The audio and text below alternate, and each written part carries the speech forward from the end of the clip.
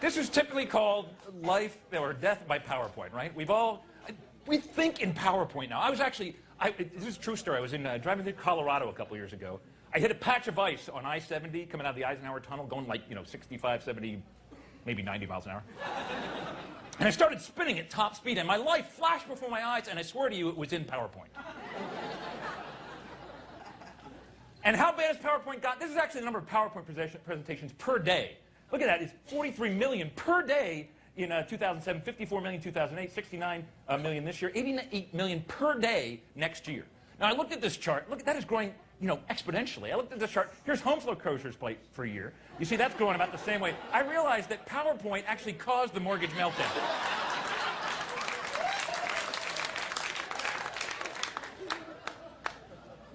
So this is a thing I do called Life After Death by PowerPoint. Basically, don't do these things with PowerPoint. These are the things that people do that drive me nuts. And the only way to show them not to do this is to show them what not to do. So the biggest one I see, the most common PowerPoint thing, number one, people tend to put every word they're going to say on their PowerPoint slide.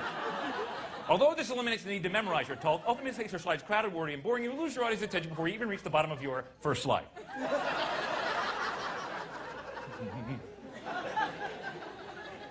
Second most common, font size is important. Size matters. Too small, and that's not good for anybody. On the other hand, too big, and you look like a moron. You just look like an idiot. Don't have your fonts moving. Keep your text stationary. There's nothing more annoying than text that does it. Blinking, don't have it blinking. Don't have it spinning. Don't have stuff flying around the screen. You drive people with ADD crazy. They're just like, oh, what's happening? Oh. Now, since I'm talking about fonts, people are really into fonts. I've noticed this. By the way, this is one of the best jokes that I know. Comic Sans and Helvetica walk into a bar. And ask the bartender for a drink, and the bartender says, sorry, we don't serve your type here. That kills at a font convention, guys.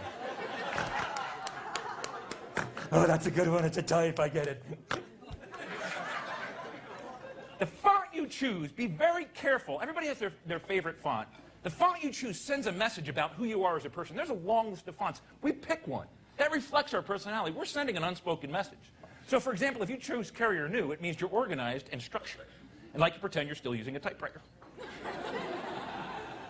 If you choose Comic Sans, it means you think you're funny. And if you choose Times New Roman, it means you're lazy, apathetic, and unimaginative, and you always use the default.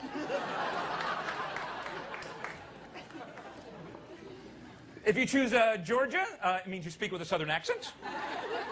If you choose Ariel, it means you like The Little Mermaid. Oh, a lot of Ariel people.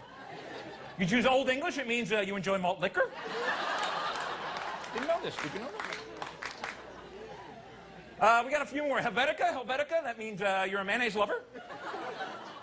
That's a stretch. I'll admit that is a stretch. Blackadder, that means you're an African-American accountant. That one requires some thought. Sorry. And if you like wingdings, it means you're a nerd and you have no life. Now, if you type in all small letters, some people do that, all small letters, that means you're quiet, shy, and unassertive. If you type in all capital letters, that means you yell a lot. There's somebody over there. If you type small letters followed by capital letters, it means your caps lock is stock on.